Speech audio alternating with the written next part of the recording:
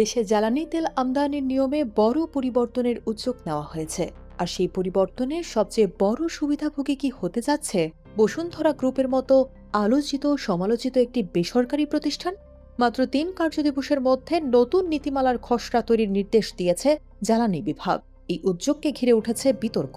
শ্রমিক সংগঠন ও বিশেষজ্ঞদের একাংশ বলছেন, এতে দেশের জ্বালানি নিরাপত্তা ও বাজার ব্যবস্থাপনায় নতুন ঝুঁকি তৈরি হতে পারে। কিভাবে, চলুন জানার চেষ্টা করি।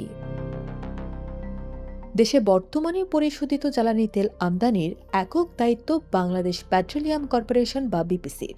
তবে সেই কাঠামোতে পরিবর্তন এনে বেসরকারি খাতে পরিশোধিত জ্বালানি তেল আমদানি, সংরক্ষণ, পরিবহন, বিতরণ ও বিপণনের সুযোগ তৈরি করতে চায় জ্বালানি ও খনিজ সম্পদ বিভাগ।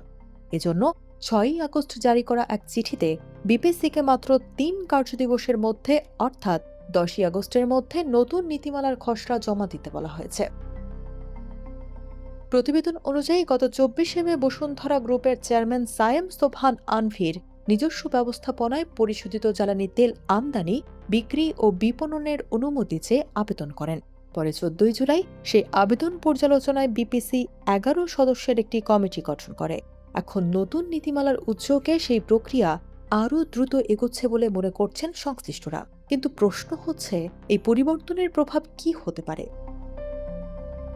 ইতিমধ্যেই এই উদ্যোগের বিরোধিতা করছে জ্বালানি খাতের শ্রমিক সংগঠনগুলো। তাদের দাবি, গুরুত্বপূর্ণ এই খাত বেসরকারি প্রতিষ্ঠানের প্রভাবহীন হয়ে পড়লে দেশের জ্বালানি নিরাপত্তা ঝুঁকির মুখে পড়তে পারে। তারা এই উদ্যোগের প্রতিবাদও জানিয়েছে।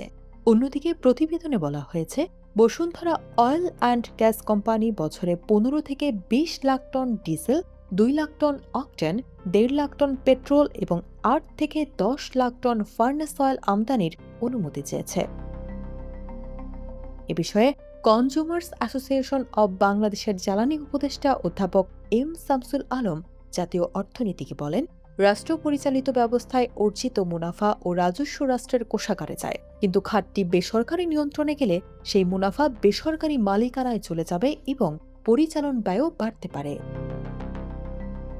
অন্যদিকে প্রতিবেদনে উল্লেখ করা হয়েছে, ভারত সহ বিশ্বের বিভিন্ন দেশে বেসরকারি খাতে জ্বালানি তেল আমদানির অনুমতি রয়েছে, তবে সেখানে নিয়ন্ত্রক সংস্থাগুলো তুলনামূলকভাবে কার্যকর। বাংলাদেশের ক্ষেত্রে সেই নিয়ন্ত্রক সক্ষমতা নিয়ে প্রশ্ন রয়েছে বলেও প্রতিবেদনে উল্লেখ করা হয়েছে। এখন সবার নজর প্রস্তাবিত নীতিমালার চূড়ান্ত রূপের দিকে। সরকারের সিদ্ধান্তই বলে দেবে দেশের জ্বালানি বাজারে বেসরকারি অংশগ্রহণ কতটা বাড়বে, আর তাতে ভোক্তা, বাজার ব্যবস্থাপনা ও জ্বালানি নিরাপত্তায় কী ধরনের প্রভাব পড়বে।